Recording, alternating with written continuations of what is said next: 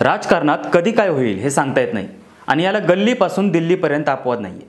आजचा विषय गल्ली किंवा दिल्लीतला नाहीये, सध्या तरी महाराष्ट्राच्या राजकारणावरच आपण बोलू। महायुतीच्या मंत्रिमंडळाची घोषणा झाली, ज्यात भाजपच्या 19, शिवसेनेच्या 10 आणि राष्ट्रवादीच्या 9 मंत्र्यांचा शपथविधी पार पडला। मात्र या ठळक करण्याजोगी कोणती गोष्ट असेल तर ती भाजपने शिवसेनेच्या बालेकिल्ल्यात मंत्रिपदे दिल्याची चर्चा। या कृतीतून भाजप एकनाथ शिंदेंना कंट्रोल करू पाहतंय का? शिंदेंच्या बालेकिल्ल्यात भाजप शिंदेंना आव्हान देतंय का? हे जाणून घेऊयात आजच्या टॉकिंग पॉइंटमधून। नमस्कार, मी मनसूर आणि तुम्ही पाहताय द पॉलिटिक्स। भाजपच्या ज्या 19 मंत्र्यांनी शपथ घेतली त्यातील नितेश राणे, गणेश नाईक, आशिष शेलार, मंगलप्रभात लोढा, अतुल सावे अशी काही नावं पाहता आज शिंदेंना त्यांच्याच बालेकिल्ल्यात घेरण्याचा प्रयत्न दिसतोय।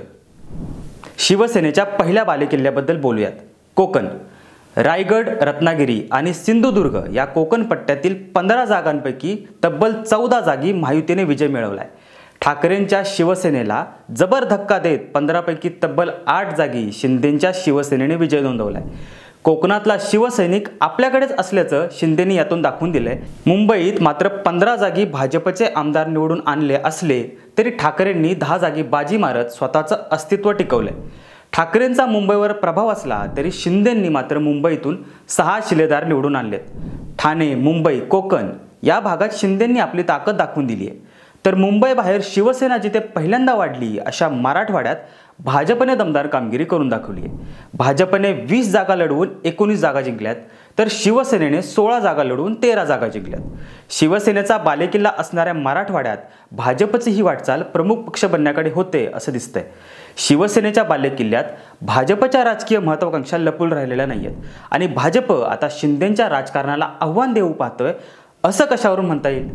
भाजपकडून सिंधुदुर्गात नितेश राणेंना मंत्रिपद दिलं गेलंय, तर शिवसेनेच्या दीपक केसरकर यांचं मंत्रिपद काढून घेण्यात आलंय। शिवसेनेकडून रत्नागिरीत उदय सामंत, योगेश कदम यांना पुन्हा मंत्रिपद दिलं गेलंय।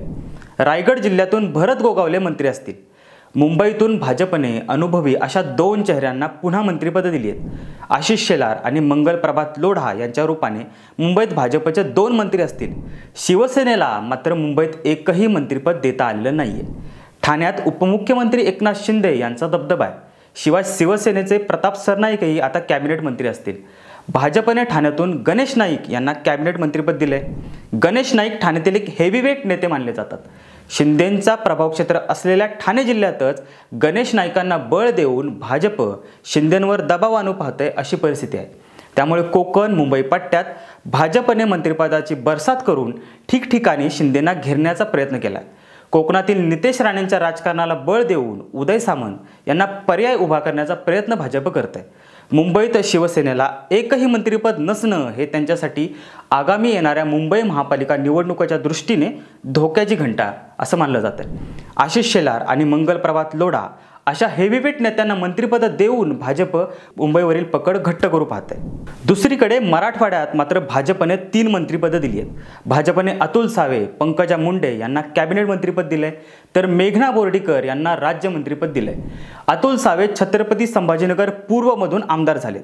छत्रपती संभाजीनगर हा शिवसेनेचा पारंपरिक गड। सलग दुसऱ्यांदा सावे यांना मंत्रिपद दिले गेले।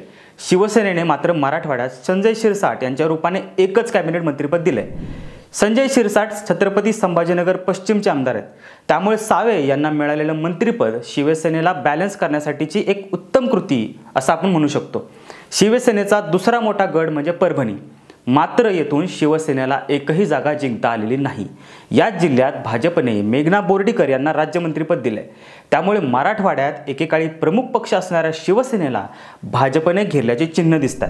भाजपने शिंदेंच्या बालेकिल्ल्यात दिलेली मंत्रिपद पाहता त्याचे पडसाद आगामी स्थानिक स्वराज्य संस्थांच्या निवडणुकात दिसू शकतात। मंत्रिपदाची ताकद, भाजपच्या कार्यकर्त्यांना मिळणारं पाठबळ पाहता आगामी जिल्हा परिषद निवडणुकीत भाजप शिंदेंच्या शिवसेनेसमोर आव्हान उभं करू शकतं।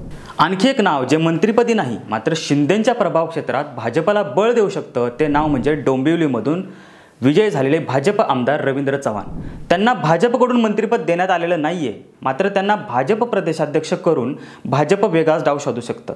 रवींद्र चव्हाण हे फडणवीसांचे निकटवर्तीय आणि आधीच्या सरकारमध्ये सार्वजनिक बांधकाम मंत्रालय त्यांनी सांभाळलेलं आहे. त्यांचा डोंबिवली विधानसभा मतदारसंघ हा श्रीकांत शिंदेंच्या कल्याण लोकसभा मतदारसंघाचा भाग आहे. त्यामुळे रवींद्र चव्हाण हे शिंदेंच्या गडातच भाजपचे मोठे नेते म्हणून कार्यरत आहेत. कल्याण, डोंबिवली, ठाण्याचा काही भाग अशा शहरी भागातील त्यांचा प्रभाव पाहता त्यांना मोठं पद देऊन भाजपचा मुंबई मेट्रोपॉलिटन भागात पक्ष संघटना बळकट करण्याकडे कल दिसतो. रवींद्र चव्हाण मूळचे सिंधुदुर्ग जिल्ह्यातील पेंडूर गावचे. शिवाय रवींद्र चव्हाण सिंधुदुर्गचे पालकमंत्री राहिले. त्यांना 2024च्या विधानसभेत कोकणातील भाजपच्या विजयाचा शिल्पकार मानले गेले. मागील जिल्हा परिषद निवडणुकीत भाजपच्या विजयात रवींद्र चव्हाण यांनी मोलाची भूमिका बजावली होती. हेच गणित लक्षात ठेवून भाजप स्थानिक स्वराज्य संस्थांच्या निवडणुकांची आखणी करू शकतं. पण हे सर्व चेहरे देऊन शिंदेंना घेण्याची गरज का निर्माण झाली असावी? सत्ता स्थापनेवेळी शिंदेंनी मुख्यमंत्रीपदासाठी केलेलं लॉबिंग आणि एकंदरीतच घडलेलं नाराजी नाट्य यामुळे भाजपच्या मनात शिंदेंच्या प्रतिमेला थोडासा का असेना पण धक्का लागलाय. त्यामुळे शिंदेंना बॅलन्स करण्याची गरज भाजपला जाणवू लागली आणि तशी पहिली संधी भाजपला मिळाली ती मंत्रिमंडळ घोषणेवेळी आणि त्याचा फायदा भाजपने पुरेपूर उचलला आहे असं दिसतंय. दुसरीकडे मात्र अजित पवारांनी सत्ता स्थापनेवेळी भाजपला बिनशर्त पाठिंबा देऊन आपण भाजपचे नैसर्गिक पार्टनर होऊ शकतो असं सूचित केलं. त्यामुळे सत्तेत भविष्यात होणारे ओढाताण टाळण्यासाठी भाजपने ही पावले उचलली असावीत असं म्हणायला वाव आहे. यात भर म्हणून भाजपचा शिंदेंवरील दबाव तंत्रात भर घालणारी घटना म्हणजे नुकतीच घडून आलेली ठाकरे-फडणवीस भेट. ही भेट नवीन राजकीय समीकरणं जुळून आलेली की नाही हे येणाऱ्या काळातच समजेल. पण त्यांच्या झालेल्या बातम्या आणि चर्चा यातून शिंदेंना द्यायचा तो मेसेज भाजपने दिला आहे असं म्हणता येईल. शिवाय पालकमंत्री पदाची घोषणा अजून झालेली नाहीये. त्यामुळे पालकमंत्री पदावरून भाजप पुन्हा शिंदेंना घेणार का हे पाहणं औत्सुक्याचं ठरेल. तुम्हाला आमचं विश्लेषण कसं वाटलं हे आम्हाला कमेंट बॉक्समध्ये नक्की कळवा आणि द पॉलिटिक्सला लाईक करा, शेअर करा आणि सबस्क्राईब करा. धन्यवाद.